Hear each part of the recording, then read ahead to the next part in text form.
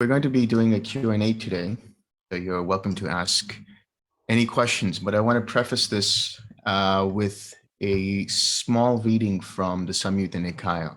This is the Samyutta Nikaya 56.10, and it's called Pointless Talk. Bhikkhus, do not engage in the various kinds of pointless talk, that is, talk about kings, thieves, and ministers of state. Talk about armies, danger, and wars. Talk about food, drink, garments, and beds.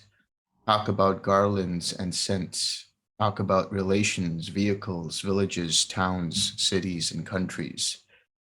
Talk about women and talk about heroes. Street talk and talk by the well. Talk about those departed in days gone by.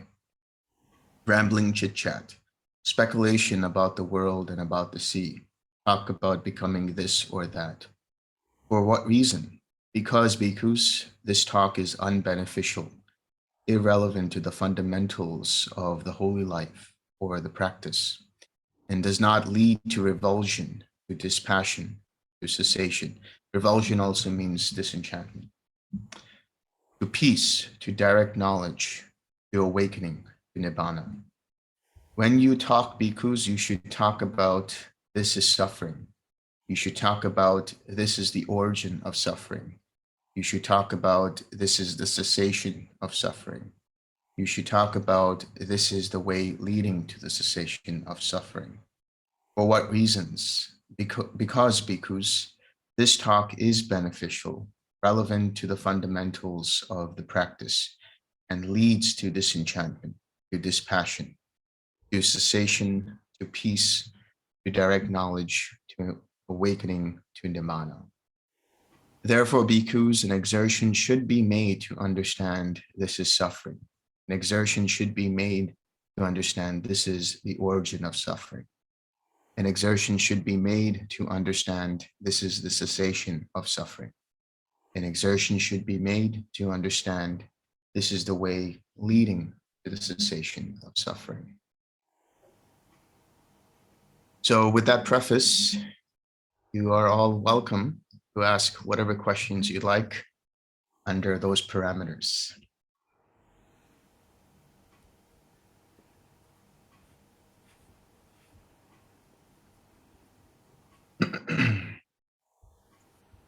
Okay. Most difficult precept is to follow the purity of speech.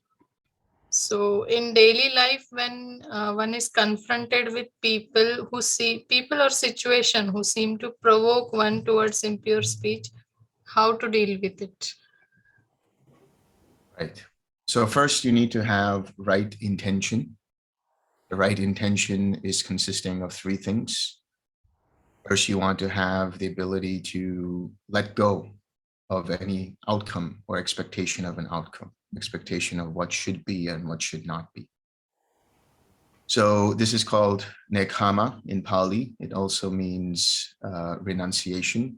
And you should be having loving kindness or non-ill will and compassion or non-cruelty. Now, when it comes to right speech, you also want to keep in mind this particular acronym, which I often use. It's very simple to remember. It is THINK, T-H-I-N-K, think.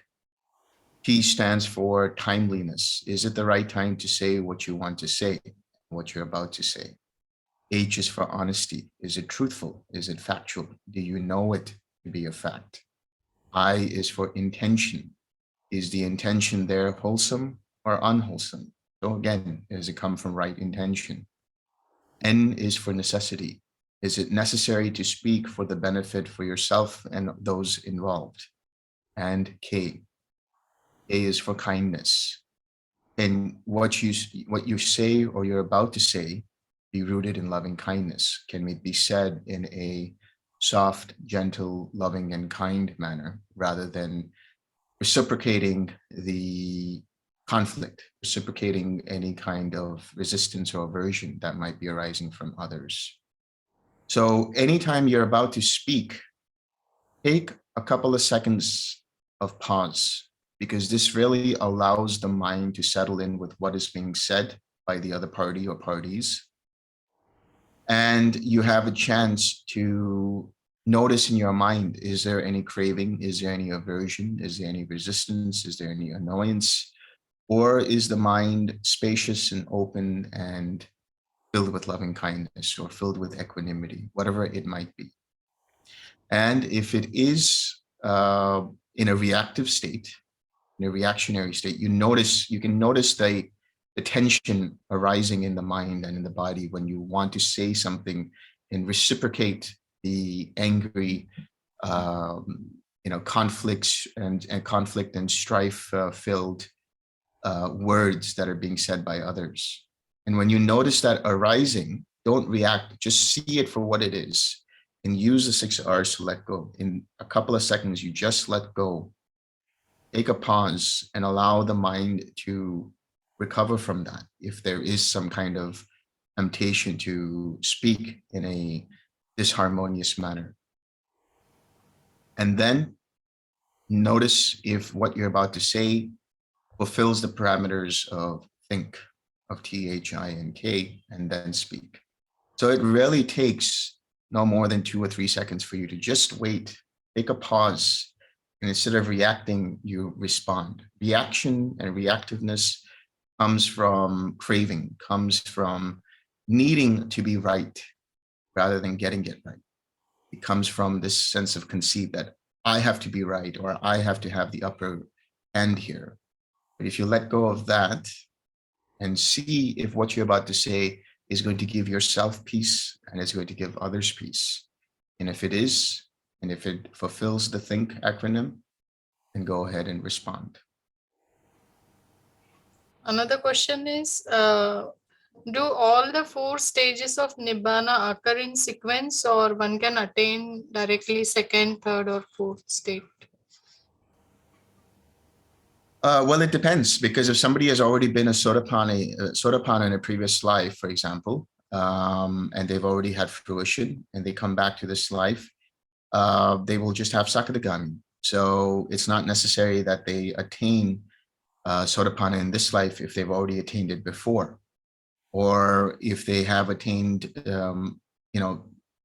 if they've just attained Sotapanna in the previous life, then they will attain Sakadagami and they have the ability to attain Anagami. So it's not necessary that one has to enter into the stream, because one might have already entered in the stream. And how do you know if somebody's entered into the stream?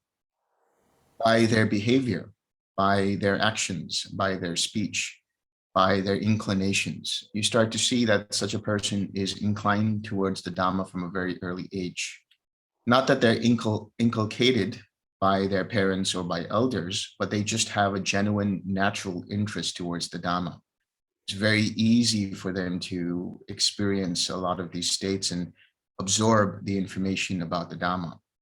And from the get-go, they really won't have any doubt. They won't have any interest in rites and rituals. And they won't have any belief in a soul. They won't have any belief in a personal self. It's quite possible that such a person will just attain, obviously, Sakadagami. But usually, because of the way the mind is in today's world, in today's reality, it will be in successive, progressive stages of attainment. So one will go from Sotapanna to Sakadagami to Anagami and then Arahat. So, may I ask 2 more questions? Yes, go ahead. What is the difference between Magga and Phala, that is path and fruition? Yeah. So path is really the moment where let's say you enter the stream. That's the moment where you actually break the fetters, the first 3 fetters.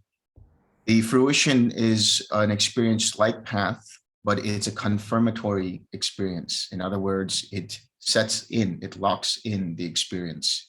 So somebody enters path, if they enter Magga, but they don't attain fruition yet, then they are bound for fruition when they pass on from this life. Let's say somebody had Sakadagami and they had Sakadagami path, but they died, or they didn't attain fruition in that life. When they die, they will attain fruition of Sakadagami. And I have read somewhere, how true is it that when the student is ready, the teacher appears? So, I like, Yeah, I can say from my own personal experience that seems to be the case. There is something to be said about how a person's mindset that is inclined towards the teaching, inclined towards understanding the Dhamma and wanting to know deeper the principles of the Dhamma, where they, because of that mindset, because of that intention, their choices lead them in the direction of a competent teacher or a competent guide who can help them walk that path and guide them along that path. So I would say it's very much true. In today's world, I would say probably maybe the majority of you, if not everyone, I know from my own self, I got through this practice through YouTube and through Google. So it's not just, going to the library or going to different kinds of Sangha meetings and things like that. Even just searching something, one thing leads to another. And then the mind immediately opens up and realizes, hey, this is for me.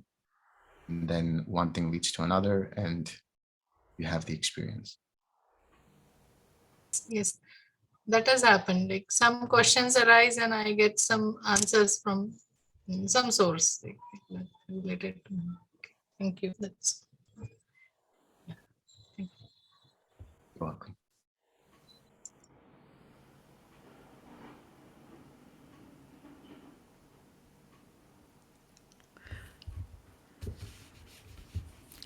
Till now, I did not hear the text from the Buddha on his son, Rahula, about Brahmaviharas.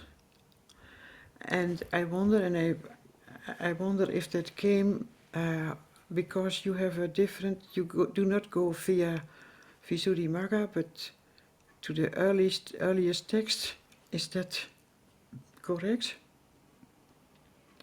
Or Yeah, can you say something about it? Because, or that you can say something about it. Yeah, the thing is, I don't pre-select the Dhamma talks anymore. So it's just a matter of what seems to be best suited for that particular day. Before, when I used to do Dhamma talks, I would have, like, for example, the Mind Without Craving program. It was all sort of pre-selected to follow some kind of a pattern of understanding. But what nowadays, when I'm going to be doing more live Dhamma talks for each retreat, it might be that I might choose to do the instructions to Rahula about loving kindness. It just didn't seem relevant at that point because based on everybody's interviews, based on individual interviews, there came to be a decision that let's do this particular sutta based on their experiences. So it's not like it'll be like an overgeneralized sort of sutta for everybody. It'll just be something that seems to fit the mindset for that particular day Dhamma talk. Because I never heard that the Buddha was speaking about them. Because the text from the Mettas is also not from the Buddha self, is it? It was already a text, was already known. They told me. Which one are you referring to? Which one are you referring to? Karaniya Metta Sutta. Oh, yes. Yes, Karaniya Metta Sutta. That's from the Sutta Nipata, I think, 1.8, which I think it might be attributed to the Buddha. I'm not sure. I might be wrong on that. But they say that it already existed and that the Buddha is using it. But I never heard that the Buddha had spoken to his son. And it is very beautiful, I think. Yes. That's one of the suttas that I like to use when suitable, because it really goes through the whole path. It talks about how to use metta, but it also talks about sila. It also talks about meditation, and it also talks about nibbana at the very end. So it's a pretty all-encompassing sutta. But the other thing is, are you going? The source is more in the early teachings of the Buddha, or you just Primarily, Primarily, yes. Primarily, and Most of the teachings will come from Majjhima Nikaya because they're a good length to discuss, and there's a lot of topics that you can pick from. But I'm not limited to that. Sometimes I'll choose Samyutta Nikaya. Sometimes I'll choose something from Sutta Nipata, and then sometimes even Digha Nikaya. okay, it's okay. So the question is, what sutta number is the Karaniya Metta? That is Sutta Nipata 1.8. I think I have it.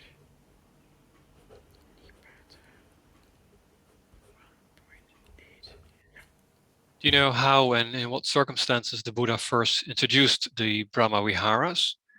Because I remember a story of a couple of monks going deep into the forest and staying there overnight, and they were suffering from fear of ghosts and all those sort of things, and the Buddha taught them loving kindness to counter the fear. Yeah.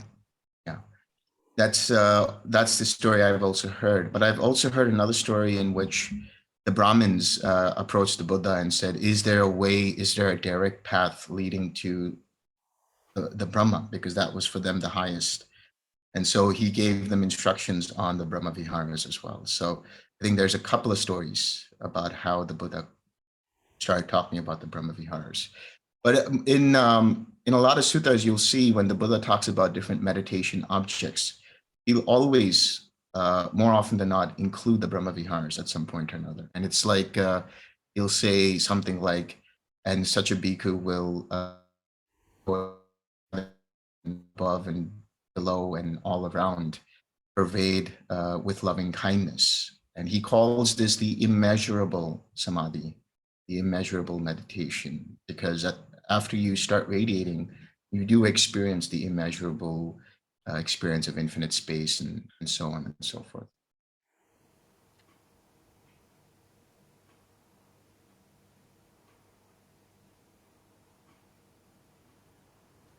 But also often I heard that it is just the difference between the metta meditation and the vipassana, and that metta will not lead to cessation.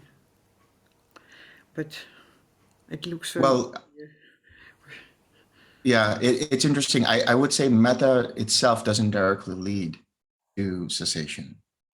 Rather, if you start to progress on this path, the gradual transition will be from metta to karuna, then karuna to mudita, then mudita to upekkha. And then from upekkha, the pabhasara citta, quiet mind, luminous mind, which is always radiant after having gone through these refined states of the different jhanas. And then from there, it is conjoined with insight. So all throughout the practice, you have insight still going on in the sense of understanding how mind's attention moves, understanding when craving arises and how craving ceases and so on. So metta itself, it will not lead you to freedom of mind. It will lead to a pleasant abiding for sure, but progressively, with metta being the start, it will take you to Nibbana. Even the Metta Sutta, the one we were just talking about, 1.8, it says in the end that one develops wisdom after having perfected metta, and then from there experiences Nibbana. Yeah. Maybe to add that it's still possible in every jhana to attain Nibbana. Yes. But what Delson is explaining is the general tendency to go to increasingly more subtle levels of mind. Then the radiating stops. We also tell you that it stops. That is the end of the Brahma Viharas. And then it goes to neither perception or non-perception, and then cessation. But still you have the opportunity when the insight is there, when the lack of craving is there, to attain Nibbana, even in the first or second or third or whatever jhana. Yes. What was the Pali term again for quiet mind? I would say, I'm saying that it is pabhasara citta. Pabhasara means luminous, and citta, of course, mind. So that's How do you spell Papa? Pabha. Ssara, Pabhasara Chitta. Thanks. So you are saying it, so once metta meditation is ripened, it goes naturally to karuna and mudita and upekkha. So for that, we don't have to intentionally practice, right? That's what I understand. That's correct. What you will see is when you Mhm. start radiating the metta, you Mhm. start to experience, accompanied by that, infinite space. Yeah. And eventually you'll see a change in the quality of the feeling. It starts to get softer, and then that turns into compassion. Then eventually that turns into the mudita, and then that transitions into equanimity. You don't have to create any intention of that. You just watch how it changes. Okay, but be aware of the tone of the feeling, you mean? Yes, yes. Do the when you have collectedness and mindfulness as you're going through the jhanas, do they kind of go up evenly, or is it possible that you could be going through jhanas but your mindfulness is slipping still? Like, can they be like kind of uneven? No, I would say that the jhanas, when you are in jhana, then that means that you possess all of the enlightenment factors. Now, if your mindfulness starts to slip and then it leads to where the mind is inattentive, then you're no longer in jhana. Jhana will always mean that there is present the enlightenment factors, including mindfulness, to one degree or another. Okay. What are your minimum criteria for a meditative state to be called jhana? There have to be the jhana factors, the relevant jhana factors have to be present. Yes, but the relevant jhana factors. Yep. I would also say no hindrances present, and the enlightenment factors are present to one degree or another. That would be the minimum. Oh. And if you start to see that the collectedness becomes so strong, then you are losing the equanimity, you're losing the other factors. So if you go back to Anupada Sutta, Majjhima Nikaya 111, there it's really talking about all of the different factors that are there present in each of the jhanas. Now, the jhana factors themselves change when you go through each of the jhanas, and then the arupa jhanas, in terms of the piti disappears in the third jhana, the sukha disappears in the fourth jhana, and so on and so forth. But there are certain factors that are always present. And these are, for example, contact, feeling, perception, intention, attention. That is the nama, the mentality, the enthusiasm, the zeal, that is the chanda, the decision-making, the adhimokkha, the resolution, the equanimity, mindfulness, and other factors, which are always repeated because they're still present in every jhana. It's only in the eighth jhana, in the neither perception and non-perception, you'll notice that Sariputta said, or it says that Sariputta reflected on the states that were present. That's why when we have some instruction to you in the individual interviews, we suggest you look back on what happened, because then you're actually reviewing what was present in terms of were there hindrances there, were there formations there, what was what was more, was it more restlessness, or was it balanced, or was there more sloth and torpor, and so on and so forth, and then you're able to 6R that. So in terms of neither perception and non-perception, it is very difficult to kind of locate when the contact happens, when the feeling happens, when the perception happens, or where there is attention, or where there is the decision-making, where is the resolution, and so on. But when you reflect back, you'll be able to see all of these things much clearer. You've used the stock phrases for the jhanas several times in your talks, and so they go like, I've got them here: quite secluded from sense pleasures, secluded from unwholesome states. One enters and dwells in the first jhana, for example, which is accompanied by, etc.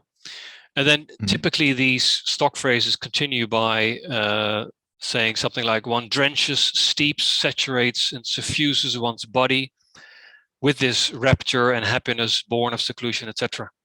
So that there's no part of one's entire body which is not suffused by this rapture and happiness. How do you interpret that part of the stock phrase? So I know there are some suttas that talk about it in this way, and I know there have been some interpretations which take that to mean that the mind becomes very concentrated with the jhanic factors, that the joy is suffused within the body and so on. But when they talk about the body, I wonder if they're really talking about the body itself, or they're talking about the kaya, because you have rupa and then you have kaya being the mentality, the mental body, meaning the entire mind is pervaded with this loving kindness or with karuna or whatever it might be. And of course, some people do experience, it's just because of the way their faculties are or have been developed, that they are able to experience quite almost overwhelming levels of piti. And it can be quite pervasive throughout the body. But that's not the object there. It's just one of the sensations or factors that co-arise with having become collected around the object. It sounds, the phrase seems very active. This is something you do. Yeah. One does this, but, one steeps, one drenches, one. Yeah. Yeah, it does sound very active, actually, because it does say that they intentionally suffuse, they intentionally drench. But again, like I said, the way I see that is that the mind becomes more and more collected. So the mind, or the intention there, is to suffuse the mind with loving kindness. I don't know if it's really the entire body or if it is felt in the entire body in terms of the physical materiality, the rupa. I'd have to go back to the Pali, but I'm venturing to guess that it's probably more to do with kaya, which is always related with the mental body or the mind itself. Okay. Somewhat related, if one were to do a much longer retreat, would you recommend to get to quiet mind as soon as possible and stay there as long as possible? Or would you recommend, and this is what other teachers recommend for jhana? Oh, you just went on mute there. Yeah. At what point did I go on mute? What did you miss? I'll just You repeat said it. So, no, but you said as other teachers recommend, and then right after that you went on mute. okay, so they recommend actually spending first maybe weeks, if you're doing a month retreat, spend maybe the first 2 weeks really deepening your concentration by just staying with the anapanasati. Even if you feel the jhana coming up, 6R it, keep building that concentration before you enter the jhana. And that's actually also my own experience, is that if you want to deepen your jhana, it's easier to do that by first building deeper concentration using anapanasati or metta, for example, and then entering the jhanas, then trying to deepen them while you're in the jhana. Mm. Well, I would say that if you have such a long retreat, if let's say you do a 2-week or 3-week or 1-month retreat, I would say that if you want to experiment and just really get in touch with the different factors of the jhana, you're welcome to do that, just to get an understanding of what's going on in each process. That only provides further insight, that only provides further experience of what you can recognize as being a jhanic factor and what is not a jhanic factor. But the way I see this whole process is it's very much an integrated process. So the jhana factors develop, or in my own experience and in many other people's experience who've done this practice for some time, is that the jhana factors co-arise with becoming collected. So as you start to develop your concentration to an extent where the mind's attention is no longer scattered, but at the same time, there's not one pointed focus, you do start to notice, oh, here is the piti. You start to notice, oh, here is the sukha. You start to notice, oh, here is, in the fourth jhana, the equanimity and mindfulness and so on and so forth. So just experiment on what works for you best. But if you had a shorter retreat, like if you had an extra 10 days after this, my suggestion is continue with progressing how you did before. In other words, if you were at quiet mind, spend more time in quiet mind, spend more time in cultivating the experience of quiet mind so that you achieve deeper levels of disenchantment, dispassion, which leads to cessation. Thank you. Maybe to add that I feel that a lot of people are already quite analytical. And then what you are describing is very much a trying and a doing and getting it right before you start the true meditation. But when you are meditating, the collectedness becomes stronger because you keep letting go. The mindfulness will sharpen because you keep recognizing when the mind is distracted. So without trying or doing or changing or tweaking, when you practice, it happens by itself. The collectedness will become very strong and the mindfulness will become very sharp, even when not trying to do first anapanasati or whatever it is. And I would tend to say that it would be better to just accept that this is very much a gentle practice where you don't do anything, where it develops by itself. And it doesn't matter in which jhana you are or whatever jhana factors there is, because for this meditation, it's not even important to know where you are. The mind guides you and it becomes stronger and more balanced by itself.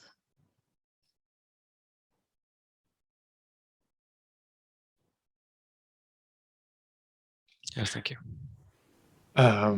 Earlier, you mentioned a little bit about YouTube, where you're finding teachers and so on. On YouTube, there's a number of guided meditations related to this, like with Dhamma Sukha and Suttavada. But there was one that I saw that you guided that was the 5 aggregates, and I'm just wondering. I mean, not to veer off what we're doing, but is there a utility in that guided meditation regarding what we're doing now?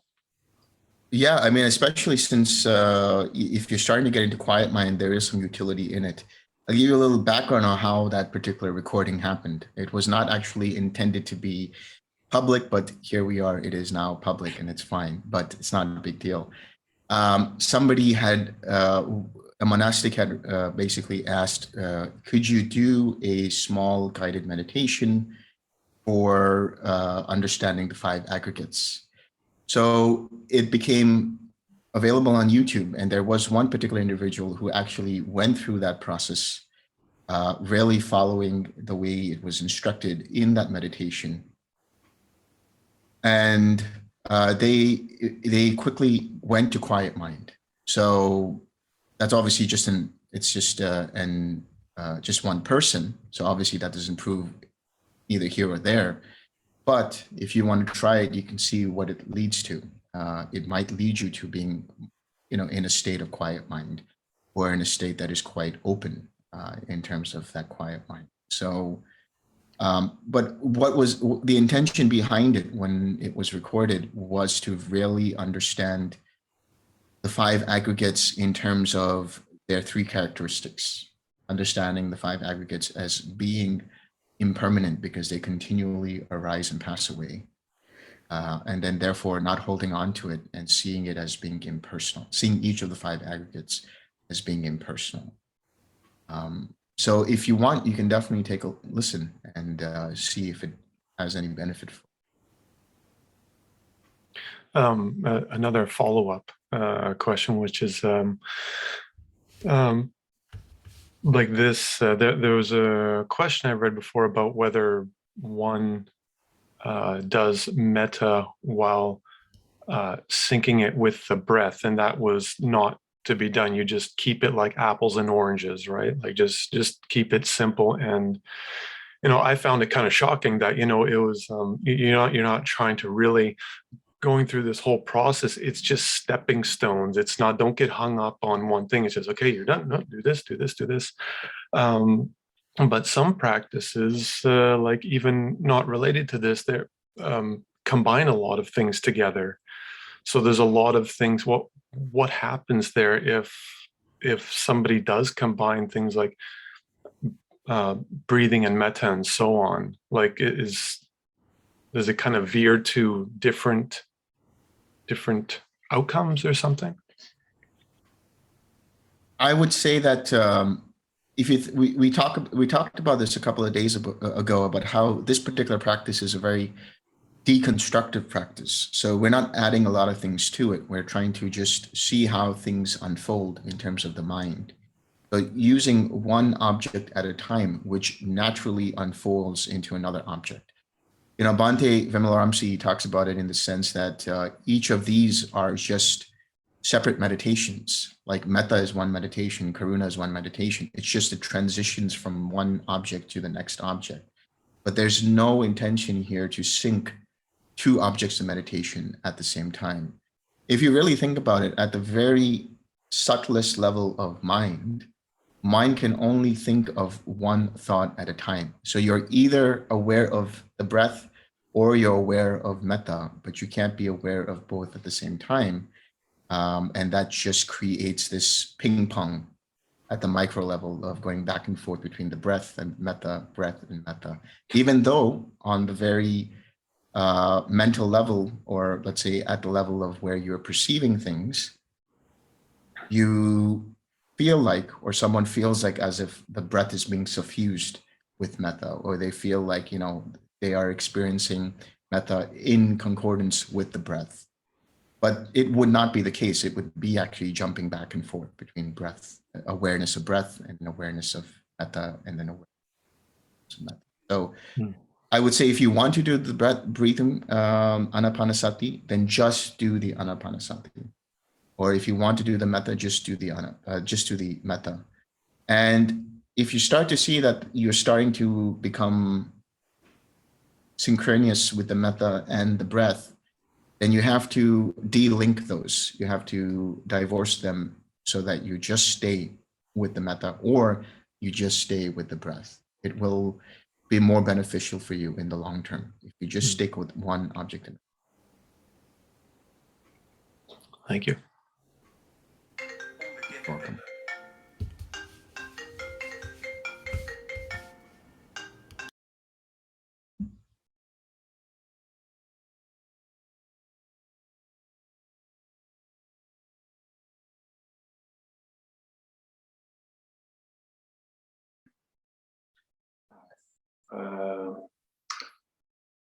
Would you agree that this early Buddhist meditation worked from the heart and up, and everything downwards is like discarded? Like the Buddha says that the body is like repulsive and stuff. And I wonder, because I've always had a tendency to be ungrounded.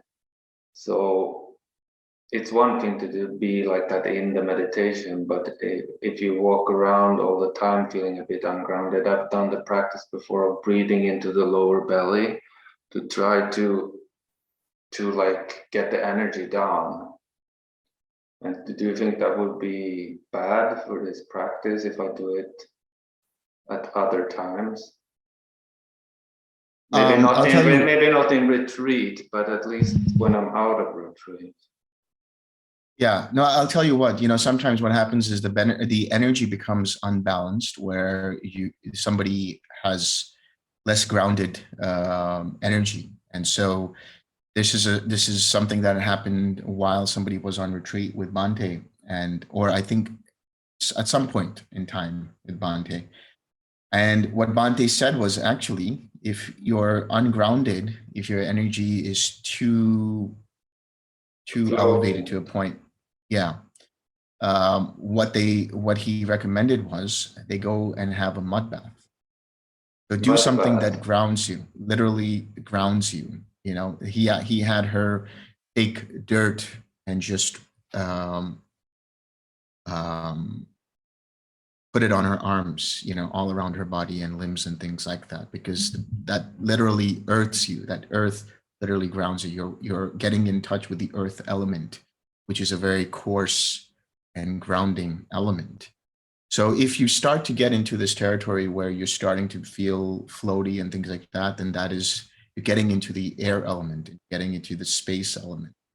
So when that happens, do things that ground you, do things that, you know, maybe going out for a walk or sitting, you know, or walking barefoot is also actually really good.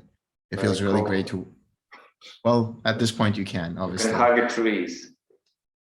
You can hug the trees, yeah. If you want to hug the trees, I think that would be nice, you know. But do something that grounds you in terms of, you know, just being centered. And I would say if somebody is feeling quite ungrounded, then there's a point where the mind is starting to really push out the compassion, push out the metta. If you're pushing out, you're going to notice that there's imbalance in the mind and it starts to become quite elevated, quite ungrounded. But if you just observe, you know, this is what I've told other people, is when you're doing the radiating, the attention should be 70% on the feeling, the object, and with the intention of radiating. So if you are pushing it out, then your attention is more on radiating, which can make you feel spacey or spacious, or too spacious. But if you pull back a little bit and stay in the center of the metta, stay in the center of the compassion, and just watch how it just starts to bubble out, but staying rooted in the experience of the metta rather than getting out towards radiating in the directions, that will help as well. Okay, thank you. And then I wonder if you can say something about the difference between a guru and a spiritual friend. Did the concept of guru, didn't that exist at the time of the Buddha? Or A guru basically is guru, which means one who dispels darkness. That's somebody who sheds light on a subject. So guru has become this because it's a non-English word. It sounds exotic and it sounds all very, you know, highfalutin, but it just basically means teacher, somebody who dispels your ignorance of something. So you could have a wonderful mechanic who's a car guru. You could have somebody who's really great in software and you have a software guru, or you have somebody who's really great at, you know, riding a horse and they're a horse riding guru, right? So guru, in a general term, it denotes somebody who's a teacher, somebody who helps you along the path. But the notion of the guru, as it's understood now, as being this elevated spiritual teacher and things like that, they did exist in the Buddha's time, but not within the Buddha's community. So the idea wasn't that, you know, for example, the Arahats were gurus, or that Sariputta or Moggallana were gurus. They were just guiding students or participants or those who came into the going forth and helping them along the path. So in Buddhism, or at the time of the Buddha, the only teacher that was there was the Buddha. The idea that there was a spiritual hierarchy, or that there was a spiritual inheritance from the Buddha, that there was somebody who replaced the Buddha as a teacher, it never happened. Basically, it was that the teachings themselves are the teacher. So that's why a few days ago I said, you know, there's no such thing as a Dhamma teacher. There's only somebody who's walked the path and helps you along the way. And a spiritual friend is anyone who helps you be uplifted, helps you to be having chanda, having wholesome desire from practice. Anyone who helps you not only in guiding, they might not even guide you, but they can just encourage you. So this is what's known as beautiful friendship. So a spiritual friend is somebody who within the community, you have a community of people who help you by dispelling certain questions of doubts and things like that, and helping you with keeping you motivated to be on the path. And if they see that you're starting to head in a different direction, which causes you unwholesome states of mind, they'll be there to make suggestions. They'll be there to even point it out and say, hey, why don't you try it this way and let go of that particular practice, or let go of that particular way of doing things because it seems to be causing you pain and suffering. So that would be a spiritual friend.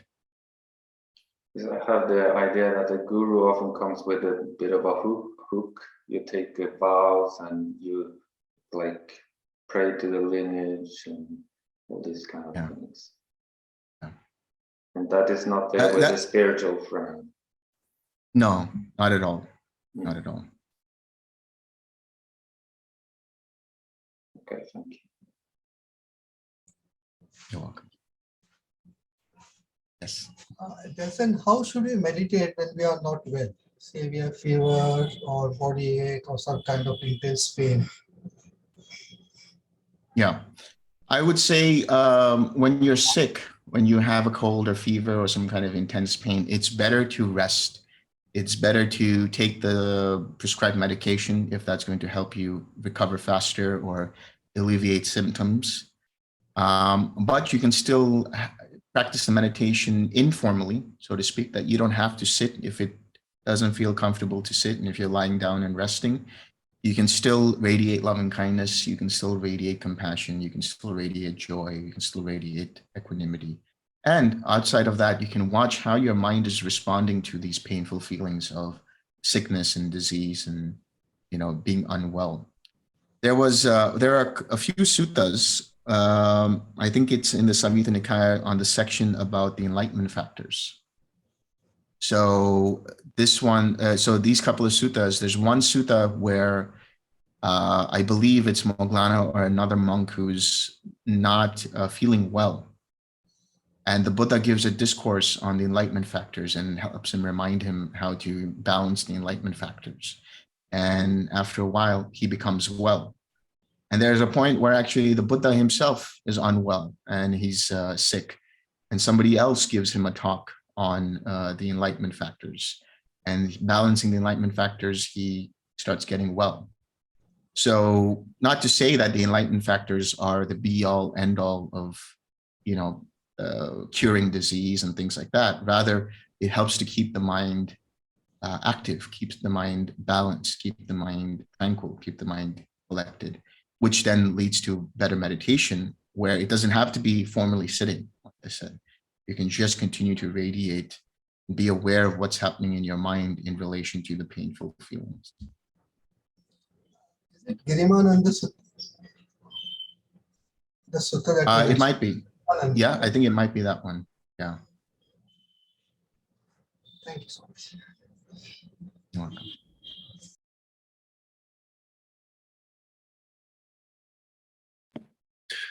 welcome. When you're during going to sleep, what do you recommend doing? Like as you drift off into sleep, you can just watch how mind is acting as it slowly. Yes. So you're mindfully going to sleep. So you're mindful of what's going on in terms of, is the mind active or it's starting to become more and more tranquil. It will be challenging at first to be able to maintain mindfulness as you drift into the deeper stages of sleep, but it can happen that you start to become lucid even while entering a light level of sleep or even dreaming. Not to the extent that you can control your dreams, not that kind of lucid dreaming, just being aware that the mind is in a dream state. And you can also get to a point where you become aware that the mind is now in deep sleep. and then transitioning from one to the other, and then back and forth and so on. So as a starting point for that kind of awareness or development of awareness is to just maintain observation of what's going on in the mind. And that's all you have to do. It's as simple as just observing what is going on right now. Eventually you will drift into sleep and there won't be any awareness of what's going on exactly, but you start to prolong the awareness or prolong the ability to observe into the deeper stages of sleep if you practice over and over. So in a way you could, I mean, you could do anything, any of the practices, but probably just observing, like being mindful is the most useful. Yeah. Yes. No. There are people who have radiated loving kindness in their sleep. There are people who get into the dream state and they start sending out loving kindness intentionally while they're still in that dream state. So there is that lucidity, it really is developed through that process. But first you want to really strengthen your mindfulness to be able.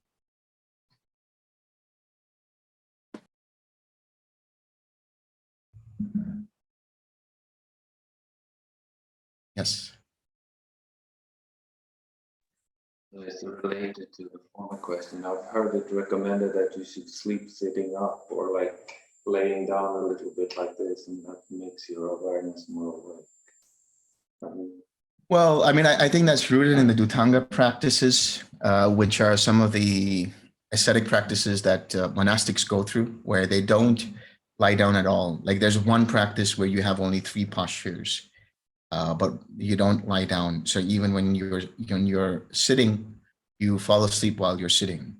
But it's not recommended for people in the lay life. That is really for people who are monastics. So as a practice, it's not really recommended.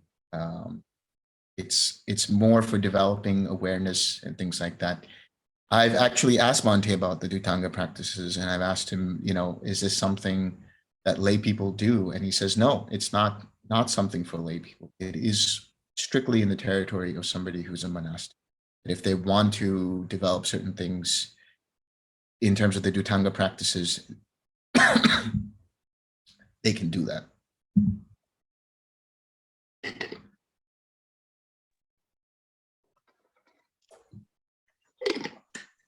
So I have a few questions. Yeah. And the first one is about, you talk about quiet mind, and is it one of 8 jhanas or what is in Pali?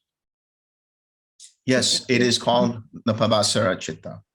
Pabhasara Chitta. Phamasara Chitta, okay. Pabhasara. Pabha, which means Pabha, P-A-B-H, Sara, S-S-A-R-A, Pabhasara, which means luminous. It's luminous mind. Bright, yeah, luminous mind, bright, radiant, quiet mind.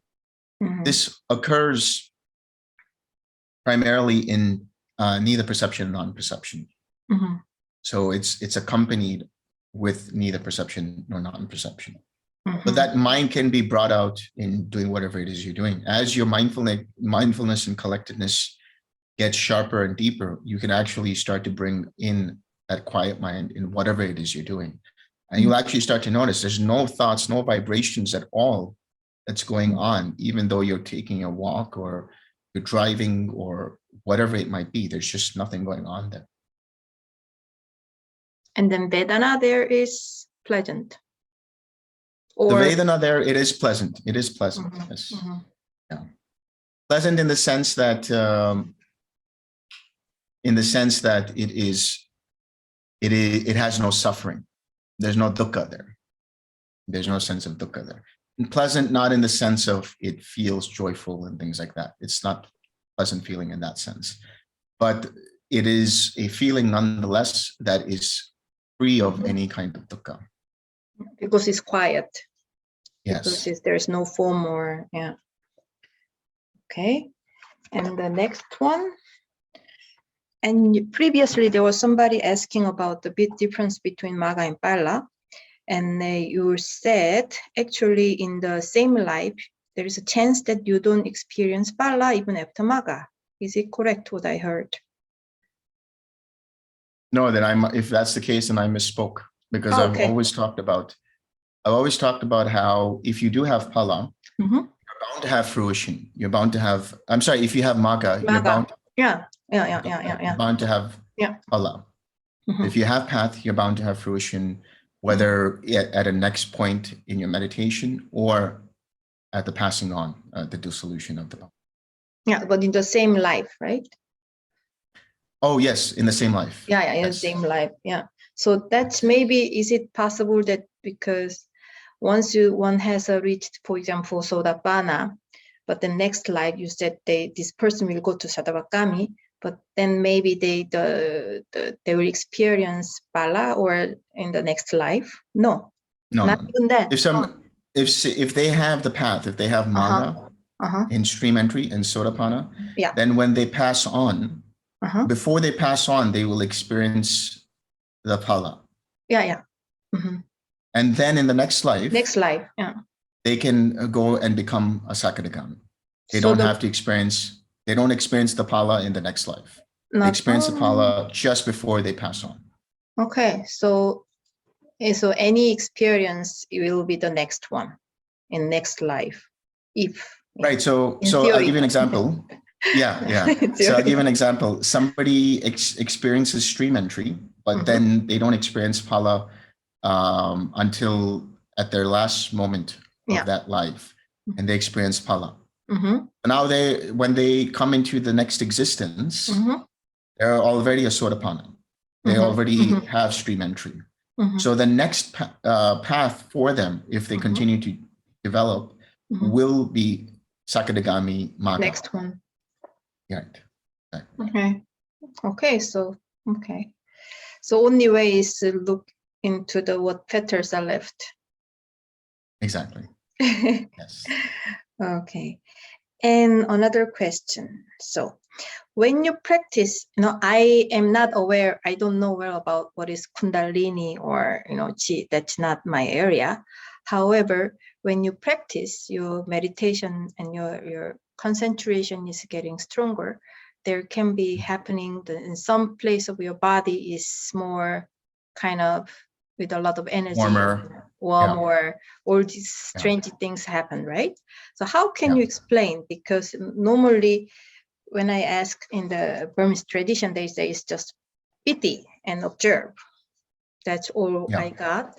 But how can you explain? I could explain it in one way, which is from a neuroscientific level, with the caveat that I'm not a neuroscientist. Okay, but I will say that it is possible that when you experience the piti, what's happening is you're getting surges of serotonin in the brain. And serotonin can make you... Sorry, Siri suddenly started acting up when I said serotonin, so I had to cancel that. So you have surges of serotonin in the brain, which make you which is accompanied by that piti. And serotonin can make you experience warmth in the hands, warmth in the face, warmth in different parts of the body, even though there's not actually a temperature increase. And so, like, for example, I'll give you a couple examples. People who take SSRIs, for example, different kinds of antidepressants, serotonin, serotonin reuptake inhibitors. They will experience certain warmth, some parts of the body. That's because there's being a release of neurotransmitter of serotonin. And when people take, for example, ecstasy, when they take what's also known as, commonly known as Molly nowadays, which is basically MDMA, it brings a lot of surge of serotonin, and they feel warmth around their chest, they feel warmth around their head, they feel warmth in different parts of the body. But in that case, if they take too much, they actually start overheating. So obviously that's not a recommended thing to do. But I'm saying that when you experience the jhanic factors of piti, and when you experience sukha, there is a surge of dopamine, there is a surge of serotonin, which can translate to a physiological or psychophysiological experience of heat in the body, of warmth, of energy. That's one way of understanding it. So how to work with it? Just observe it. Just let it go. Don't get attached to it. 6R? It'll come. 6R. 6R. It'll come and it'll go. It's not because what happens is eventually that starts to taper off, and then you experience deeper levels of tranquility and equanimity. So now that surge of serotonin has washed off. It's been gone, and now there's just this clarity of mind because of that release. But the actual experience of Kundalini, for example, that has to do with other things that are happening depending upon the practice. So Kundalini is primarily experienced as this surge of energy up the spine, and that is related with manipulation of the nervous system.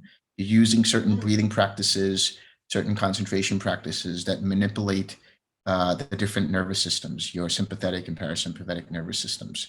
And so when you do that, you're actually activating the vagus nerve, which is one of the longest nerves in the body, which actually runs through the majority of the spinal canal, or accompanied through the spinal canal.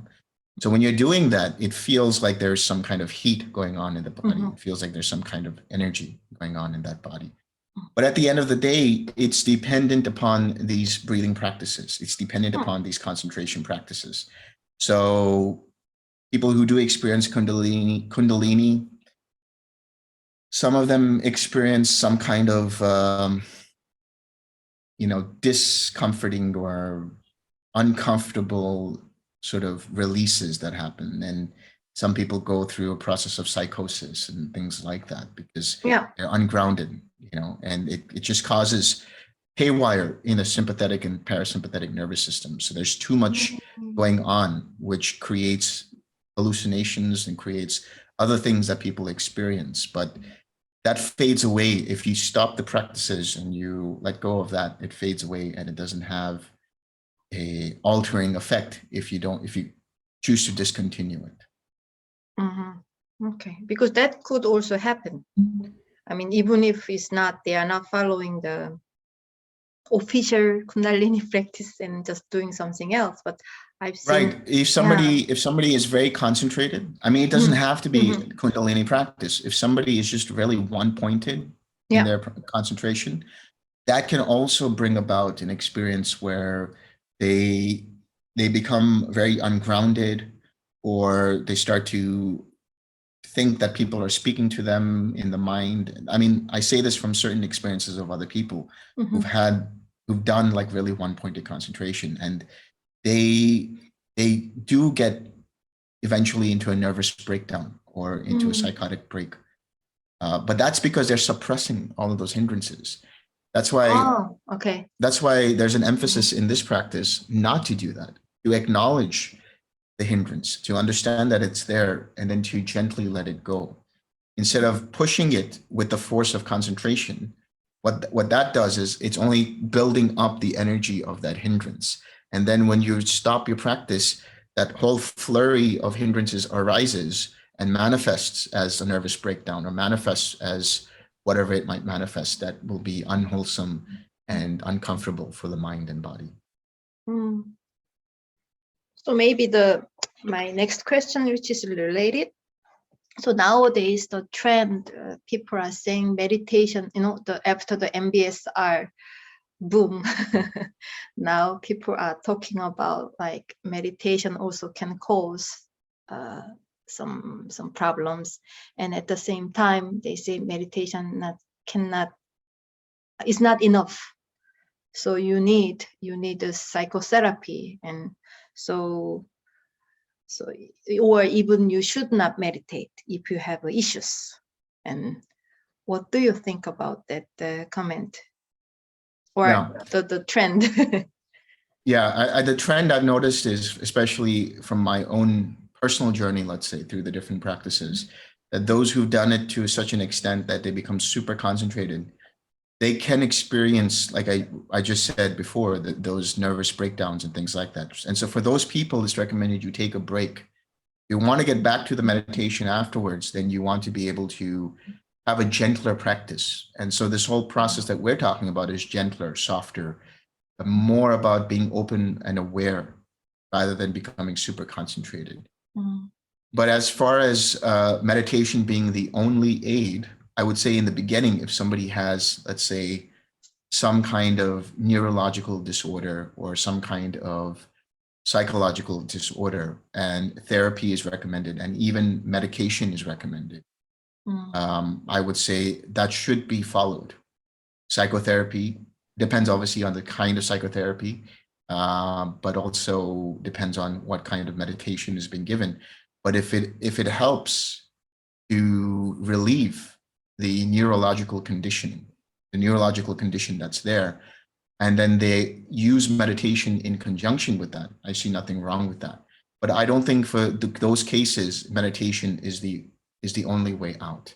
It should be one of the supporting processes for the release of suffering. But if psychotherapy seems to be more important or more beneficial, then the person should take that route, with meditation being a secondary tool. Okay, so then my next question is, what's the use of being an Arya? Well, if you become an Arya, then you don't have... Right? You're doing it. There is obviously in this theory, we have this goal, right? Yeah. Yes. So and they can be an Arya, or if somebody has some I don't know about that. Yeah. So I don't know about that.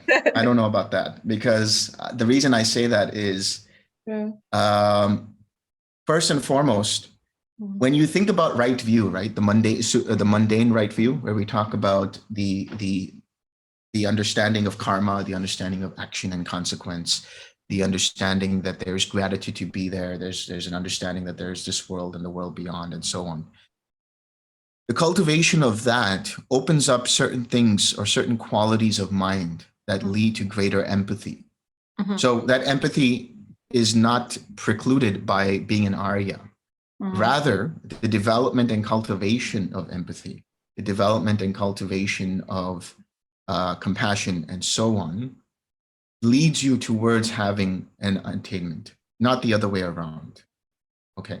So if somebody has certain psychological tendencies, first they have to work with that, start developing their empathy, start developing the wholesome qualities of mind, which can lead to getting into a stage of Arya. Now, that doesn't mean that if somebody is a Sotapanna, they're completely perfect, they're completely, let's say, cured, or they no longer have any kind of disorders. There might be disorders that might arise, but what I'm venturing to say is that those disorders are easier to manage now.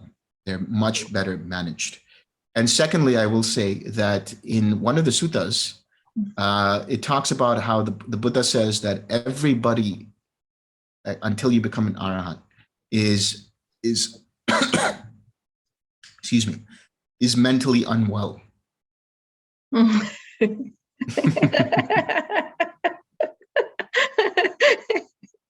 Okay.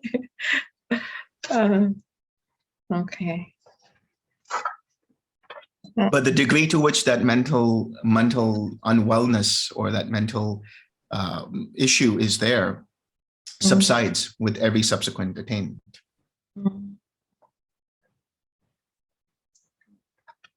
I know it sounds strange, but the question about, so what is the use of being Arya in this world? Because obviously this world right now is very, really opposite direction of what we are practicing, and all this, philosophy we are learning, right? And how we can use it, to the world, besides being a Buddhist community. So once you are inside of this Buddhist community or Sangha, you have the same idea, you have the same goal in life, but, we are living in this earth together. So, yeah. I think we should clarify, when you talk about Arya, how do you understand that word Arya? So Arya has without less, greed and anger and aversion and then ignorance. Yeah. So that's the opposite direction of the word. So yeah. The way I tend to have a very specific way of looking at Arya, because when you look at the suttas and they talk about the noble disciple, which comes from the word Arya Savaka, what they're saying really is somebody who has attained stream entry at the very least, and now is in higher training. So if that's the case, then yes, there will be the lessening of greed, there will be the lessening of hatred, there will be the lessening of delusion, but there will be a lessening, not that there will be complete eradication. That only happens once you're in Arhat. That's why I say that you might still experience certain disorders, even as a Sotapanna, but they will be more manageable. You'll be able to manage with them, and you'll be able to actually even deal with them, whereas you wouldn't have been able to deal with them before, because there is a shift in the mind to be able to perceive reality in a different way now. And so that alleviates degrees of suffering. So as you get higher and higher attainments, the degrees of suffering lessen until there's no more mental suffering at all. Yeah, I mean, that I understand. And so that what I'm saying is that way of life is working inside of the Buddhist community. So for example, if you're a monk or nun, or you become teacher, or you live like most of people, they just live in this way with these people, the Dhamma friends. But if not, yeah, it's a kind of in the society, it's very hard to live, right? So I'm just changing. I know I'm just thinking outside of the box, Yeah. Because obviously we are aiming and we are practicing, but then in general, in the bigger picture, I know. When you start practicing, one thing people notice is when they start to cultivate loving kindness more, when they start to practice the 6 R's, and when they start to have these shifts in perception and shifts in perspective and shifts even in personality, where now they're no longer doing the same unwholesome things that they were doing before. They've lost interest in that. Let's say if we talk about the non-Dhamma practitioners, they start to take notice of it at some point or another, and they want to know what is it that that person might be doing differently. Or they might not even ask, but they become inspired. I've had situations where people have had non-practitioners come up to them and say, I hear you speak and I see how you react in a positive manner during challenging times. What is it that you're doing? Like, can you tell me what is it that you're doing? And that's an opportunity for them to say, hey, well, this is what I'm doing. And that's it, So this is not a form of preaching the gospel or something like that. This is just leading by example. There's no conceit there to try to change or convert anybody. It's just that people get inspired by seeing that there are actual perceivable changes in the way that the person is behaving or reacting in situations. And because of that, eventually they ask them, what is it that they're doing differently? And that's an opportunity for them to say, well, this is what I'm doing. And then if the person is more interested, then they will see if they want to try to do the practice for themselves. So I think if a person just continues to develop the wholesome qualities of mind and makes an effort to let go of the unwholesome qualities of mind, it will translate for them into a better life, and eventually into a better life for others around them, whether it's their family members or friends or larger social circle or co-workers or whatever it might be. It does have some form of perceivable radial effect on others around them. Yeah, I hope so. But most of people, they are not living the way of, their jobs are different than before. That's what I saw too. So I was thinking if they can survive as a stockbroker or, some other job, if that's even possible, or, because the stream of the greed is so strong.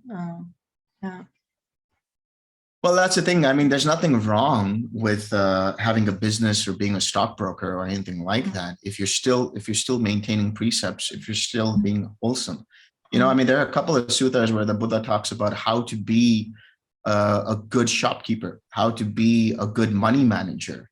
how to save your money, and things like that. So some of his discourses were not just for monastics and for the life of just meditation, but even for the general population of lay people. Like, what's a good way to know who's a good friend and who's not a good friend? What's a good way to know who's a good coworker and not a good coworker? What's a good way to save your money? What's a good way to make a profit when you're a shopkeeper, and things like that. So the only thing a person should see after they see some benefit from this practice is to see if their livelihood is wrong livelihood, in the sense that they trade in alcohol, trade in poisons, trade in weapons, trade in human trafficking, trade in meat, things like that. Yeah. And one last question. So you heard about Buddha's nature, which is not actually spoken in the Theravada tradition, but experience itself, because one of your talk I heard is this experience of being connectedness with the whole, with the light, there is some other level. But is it something also we can do, have this experience within our Vipassana tradition? I mean, Theravada tradition, or is it something else? Infinite space and infinite consciousness, specifically infinite space, provides this sense of connectedness with the entire universe. So the experience of Buddha nature, or the experience of the Brahman, or the experience of Dharmakaya, it's also known as, this is really rooted in the experience of infinite space, connected with all beings. Yeah. And when you're radiating compassion to all beings in infinite space, you get a sense of connection with the one. It's the sense of everything is unified. Even with the open eyes. Even with the open eyes, yeah. Okay. Thank you. You're welcome. Yes. Hello. Hello. So I have a few questions. It's more intellectual curiosity this time around. So about the piti that we were just talking about, piti, kundalini experiences, things like that. I have felt it in the past, like energy on the base of the spine going up to the brain, and I always wondered: am I feeling something in the body, or is it just in the mind, or in the map? Because the mind has a map of the body, and maybe this is just in the map of the mind. What do you think about this? Every bodily feeling is also mental. So it can be that it is a physical feeling, but it is rooted still in the mind. This Kundalini energy also is working with what we call the fire element. That's another reason why you feel, let's say, burning energy, or fire, or like a warmth in the body, or a surge of energy in the spine. So it's both physical and mental, in the sense that it is rooted in the experience of the nervous system, but centralized at the brain. But you are actually experiencing certain things along the spine because of all the nerves that are there. But so you think there is something happening in the spine, not just in the mind? Right, exactly. Okay, all right. So the other question, do the jhanas change a lot as you deepen the practice? Change a lot in how? You mean change frequently, or? No. I mean, if let's say, for instance, the first jhana, the way I experience it now as a beginner, is it very different from what you experience, for instance? Yes, it can be. It can be, because your mindfulness becomes sharper and you're able to notice more refined qualities in each jhana. So as you start to deepen your progress in this process, you will start to notice more clearly the piti. You'll be able to pinpoint when the contact happens. You'll be able to pinpoint here's the sukha. You'll be able to pinpoint here's the equanimity, and so on, the different factors. So there is a deepening of the experience. Okay. I know you practice Tibetan meditation. I have a question about, is the personality change very different between the practices? Yes. The reason being is because in that other practice, the experiences that you get are dependent upon certain things that you do. And then when you lose the awareness of that, so also any kind of personality change. There might be some minute change in terms of perspective. There might be some little change here and there, but it's still dependent upon the experience of, let's say, we talk about Rigpa or in Dzogchen and things like that. But when you have an experience of an attainment where the fetters are gone, it's like black and white. Like there is complete 180 in terms of how you experience that. And it's not dependent upon having to go to a state of mind. It's just that the mind has let go of these fetters and now it just sees things in a different way now.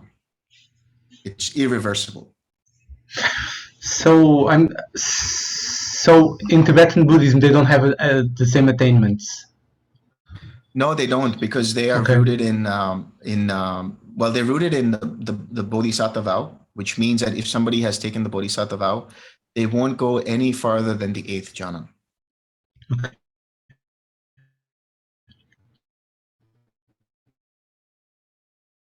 That in the end, You're free. you will in the same. You're freezing in the up. same place. You're freezing up. Sorry. Go ahead. No, I was just saying it's surprising because to me it's surprising. I always thought that these traditions would end up more or less in the same place, but that's not the case. I see it. Okay. No. Yeah. And then one last question. Does an arahat, I know it does not have mental suffering, but does an arahat have bad feelings despite not having the suffering associated? When you say feeling like painful sensations. Sure. No, I mean like fear, sadness, things like that. No. They won't have fear. They won't have anger. They won't have sadness. They won't have grief. Wow. Okay. And that is a progressive thing along the path. So not only does the path change, not only does the path change the suffering, it also changes the feelings that make the suffering. Because I was wondering, maybe it only changes the suffering. You still have the feelings, but you don't have the suffering. But it changes both. Yes, because the fear is associated with mental suffering or anger or any other, let's say, bad feelings, as you put it, is associated with the mental suffering as a reaction to a painful feeling. So an arhat will still experience disease, will still experience illness, will still experience pain in the body and things like that. But it won't be accompanied by fear of death or irritation or sadness or anything like that. Okay. Thank you very much. You're welcome. So if I understand correctly, so those who are going the bodhisattva path, fetters are still there, even if they can practice until the 8th jhana.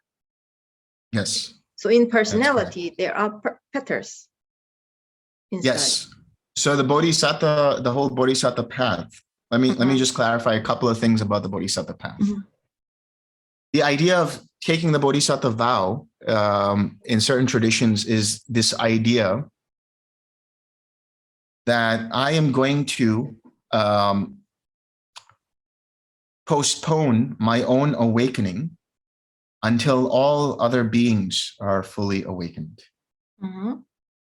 That's the traditional understanding, at least in certain traditions, the majority of certain traditions. But if that was the case, and the Buddha, before he became a Buddha, was a bodhisattva, he became fully awakened, then none of us would be here. Then all beings would have been fully awakened before he became a Buddha. So somewhere along history, somehow that Bodhisattva vow changed in terms of what it's supposed to be. Because the Bodhisattva basically is somebody who's on the path to develop the paramis or the paramitas, to cultivate the loving kindness, to cultivate generosity, to cultivate patience, to cultivate all the other things that we talk about in terms of the paramis, the perfections. And eventually they cultivate it to such an extent, then eventually they go to Sita heaven, and then that's their life before they become a human and then become a Buddha in that particular life. So in that whole journey of developing the paramis, they are not letting go of the fetters. They don't attain stream entry. They don't attain any of the different attainments. They go through this whole process for many eons, and then in their last life, they attain the stage of the Buddha. They rediscover the path. They rediscover how this process works in terms of the Four Noble Truths, and have a deep understanding of dependent origination, and then become arahats. Because I mean, that's what the Buddha did. He became he was the first arahat of that time, and then everyone else after him became an arahat because of following the same path that he rediscovered. Because of the vow and big intention to be. But not the vow to say that, I will postpone my enlightenment until everybody else is enlightened, because logically speaking, that doesn't make sense. Oh, okay. So I had one more question. I think I mentioned before. So what if there's a machine? What if there's a drug? What if there's a surgery which can make you experience Nibbana? Do you call that as an enlightenment, or you become Arya? Because I said no, because it's not Eight Noble Path. But how can you say? Because I know there are people who are trying to make those things. Yeah. I would say that if you have some kind of a artificial intelligence or some kind of machinery or some kind of app or some kind of medicine or drug that makes you experience the unconditioned, or what seems to be the unconditioned, that's not going to lead to attaining an attainment. It's not going to lead to stream entry. The reason being is because that's still dependent upon certain conditions. The unconditioned itself, even though you have certain processes, like when we talk about the Upanisa Sutta, we talk about faith, and we talk about pamoja, we talk about collectedness and equanimity, and all of these are basically dependent, leading to a dependent cessation, meaning these are the factors leading to the experience of cessation, and then from there, the unconditioned is experienced, because conditions cannot lead to the unconditioned. They can only take you so far where everything switches off, and then there's the contact with the Nibbana element. But the practice leading to that is what's important, is vital, which means developing the sila, developing the samadhi, developing the panya, meaning cultivating wholesome intentions, cultivating wholesome qualities of mind. So that would be always the foundation. And the reason why is because that's predicated on knowing how this process works. Just because somebody has the experience, they don't know how they got to it. They don't know what led to that state. They don't know what were the processes that they did. So there's a gradual path here that leads to that awakening. And all of those vital factors are important. You can't just have like a miracle drug or some kind of, thing that you plug into your brain and you have that experience. If you did, it's just an experience. It's still an experience within conditioned existence. So that will not change the person. It won't. I mean, they'll have some amazing experience, and for a few days they'll be like, wow. But then because there hasn't been that reconditioning process through the right effort, the same formations rooted in greed, hatred, and delusion can still come up. Okay. Thank you. You're welcome.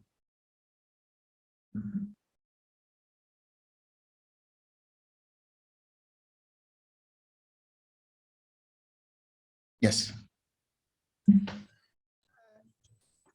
So far, actually, I had been practicing intellectually at levels of this algorithm of contemplating Brahma Viharas in daily situations, not for the meditation session, like metta for hatred, compassion for suffering, mudita when we have jealous or envious feelings, and equanimity when situations we think that are out of our control.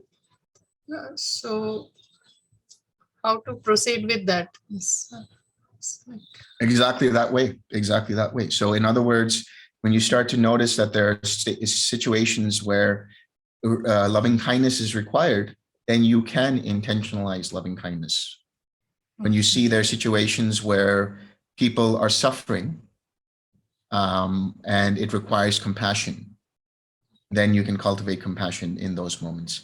When you start to see that there's a jealous mind or envious mind of somebody else's success, then you can cultivate mudita in that moment.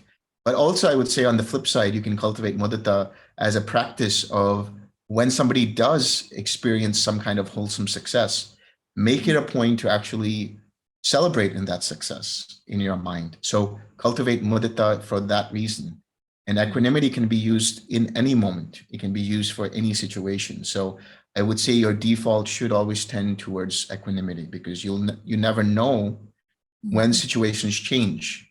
So if you have a mind that is always equanimous, then it keeps you balanced and allows you to have that mindfulness that is purified by the equanimity, to be able to know, do I need loving kindness in that moment? Do I need mudita in that moment? Do I need compassion?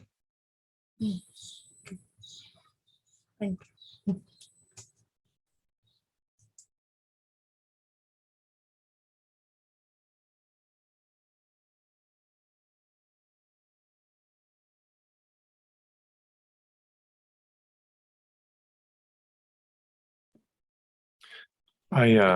I kind of hesitated to ask this question because I didn't want to veer off too much from the subject, but it more has to do with after this retreat.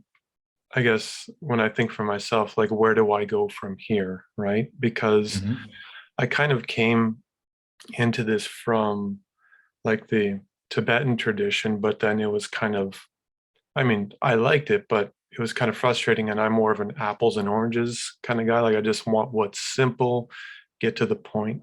And this served it, and this is amazing. But at the same time, is like there's still an attachment to, I guess, the other types of traditions that I felt I still wanted to explore them a bit, because there's the what you just explained about the bodhisattva thing was I get a little confused, because there's also lamas who have said that, you know, bodhisattvas are just really talented arhats, and I'm like, whoa, that's pretty simple. You know, it was not within the framework of, you know, what's traditionally understood. And I thought, you know, and another one said, like, in one course I went to, they asked, do we really have to take eons of rebirth? And this teacher, he said, well, you just hang around as long as you can, and then you just cash in, you know. And so I'm kind of hung up on, is it like she was saying, is it kind of all the same? But like, I can kind of see differences, but it puts me in, it's just like, you know, for me, where would one go after this? What would be a wise choice to do? Because you have the experience in the different traditions as well. Yeah. I would say take this practice that you've been introduced to through this retreat as far as you can take it. And when I say the far as you can take it, means at least experiencing cessation for one time. Because when you experience cessation, I can guarantee you that you will not have that experience in any other tradition. It is something that is going to eradicate any doubt of this Eightfold Path being the way leading to that cessation experience, because it is so, and this is the problem, I mean, I'm going in that direction, but a lot of people tend to say that it's just this amazing, magnificent experience and all of this other stuff. And they're not wrong. It's absolutely true. But at the same time, a lot of people will also say, when they experience it, is that it? Was that all? It's like, they actually, it is in the Tibetan tradition. Somebody said, and it's an interesting thing that they said it. I can't remember the name, but I know they were from the Tibetan tradition. And they said, enlightenment or awakening is the ego's greatest disappointment. Because everybody who talks about like what's going on in terms of awakening and stuff, they have all kinds of peripheral stuff. Somebody sees lights and somebody sees an explosion and somebody else sees fireworks and somebody has this attainment and all these other things. But if you can see a drastic reduction in your suffering, that should be your benchmark for how this practice is, or any other practice for that. If it provides clarity in understanding how your cognition works and how it perceives the world, if it provides clarity in being able to understand when suffering arises and how you can let go of it, then you should do that practice, whatever that practice is. But I will say, until you want to continue this practice until you experience cessation, at least, because at that point, you'll have no doubts whatsoever. At that point, you'll say, okay, I have not experienced anything like this before, and now I understand what's going on. My suffering has drastically reduced, and your mind is not at that point inclined to do anything else after that. It won't deviate in other traditions. It just won't, because everything else that you see will be understood as being, okay, that's all well and good, but it's not taking me to what I've experienced. Because if you do it in this systematic way of Sila, Samadhi, and Panya, and then you have the attainment, then there won't be any question about it. It's just a matter of your commitment level at that point in regards to having the open-mindedness and doing it. And like I said, you're free, obviously, to do whatever you want. Anybody is free to do whatever they want. But if you want to use a litmus test, a benchmark, then understand how free your mind is after doing that practice. How much more relaxed you feel, how much more happy you feel, how much more uplifted you feel, and how much reduction of suffering actually has taken place. I kind of felt the same way too, to at least take it to a cessation first, at least once. That I felt the same as well. So yeah. And when a teacher says you can spend eons in samsara and then you can cash in whenever you like, that is not actually true, because you would be needing a Buddha to be able to cash in, because you can only cash in when you practice like the Buddha taught. And most of the time there is no Buddha and the teachings will disappear. And then you can't cash in, however badly everyone would like to. There is no knowledge about how to do that. Yeah. So in other words, take advantage of Buddha having been, the Dhamma still being there, and take full advantage of it. Get off the wheel of samsara as fast as you can.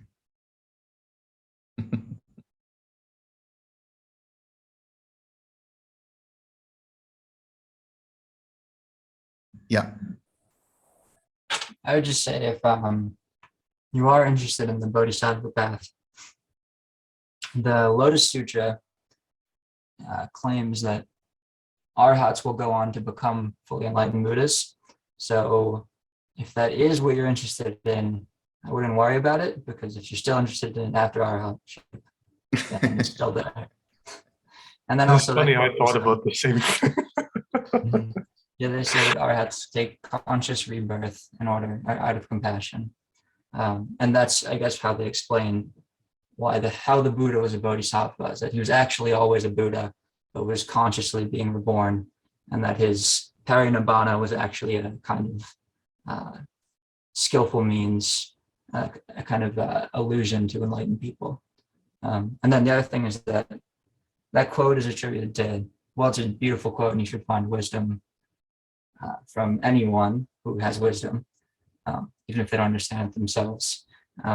That quote is attributed to Chogyam Trungpa, who has his own set of baggage that goes along with him. But again, the quote is the quote and has nothing to do with yourself.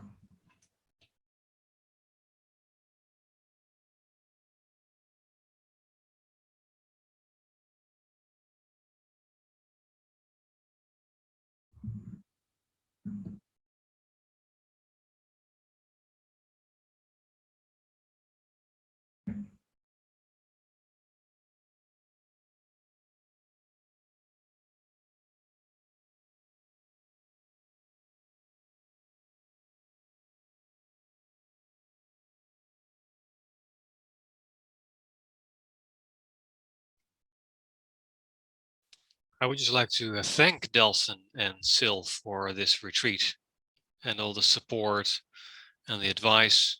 It was very inspiring, and it's been extremely helpful for me. Thank you very much. Well, thank you. Yes. Thank you for doing all the effort, everybody. You know, I mean, you make our job so easy. I mean, it's just a matter of like just telling you, do this or do that. Why don't you try this? Why don't you try that? You guys are the ones who are actually making the effort. So thank you very much for everybody who's attended. Done the work. I would like to thank for something specific for bringing the suttas alive, because I've never been able to really connect with them because they're not poetic like the Mahayana and Vajrayana language. But here I really felt the transmission. So thank you. I guess it depends on what place they are being read from. So thank you, Sil. Thank you all. It was Thank you really, very much. It was really great having you all here. People had beautiful insights and experiences and progressed all on the path. So, you know, that is basically our only goal, to help you reduce some suffering. That is it. And obviously, yeah, go ahead, please. I want to thank you, Delson, and I want to thank you, Liz, of Sil, for that you are so easy reachable and so patient with us, with me at least. That real experience of metta I felt. So Yes. Thank you very much. You're welcome. Sādhu. It was great for me. Thank you very much, Sil and Delson. And I'm so glad I found my Dhamma piti and passion back, even if passion is not super wholesome. and thank you for answering all my questions, and I'm so grateful. And we all are watching you, and so I hope you are leading a good life and wholesome life. And then, because also once very beautiful Dhamma teacher sometimes disappoint us, but I hope you're protected, and then you keep your way pure and wholesome. Yeah. Thank you so much. Thank you.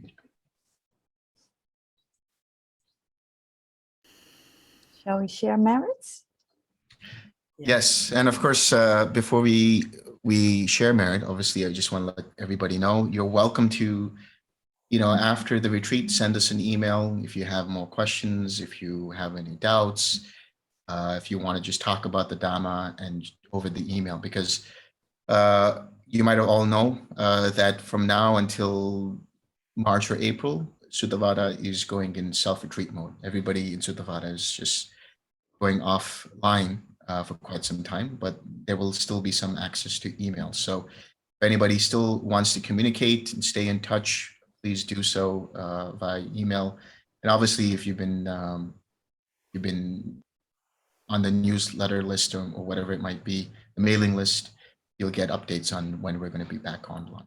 So, and of course, you can't forget of, Kuhn, who's made this possible. He's the guy who's been working in the background, the architect of the matrix, like I like to call him. He's always doing this or that. But it's not just Kuhn, it's a whole bunch of people. We have a whole team. So I'm very grateful for them as well. So thank you all. And share some merit. Thank you, Delson. May suffering ones be suffering free, and the fear-struck fearless be. May the grieving find shed all grief, and may all beings find relief. May all beings share this merit that we have thus acquired for the acquisition of all kinds of happiness. May beings inhabiting space and earth, devas and nagas of mighty power, share this merit of ours. May they long protect the Buddha's dispensation. Sadhu, sadhu, sadhu.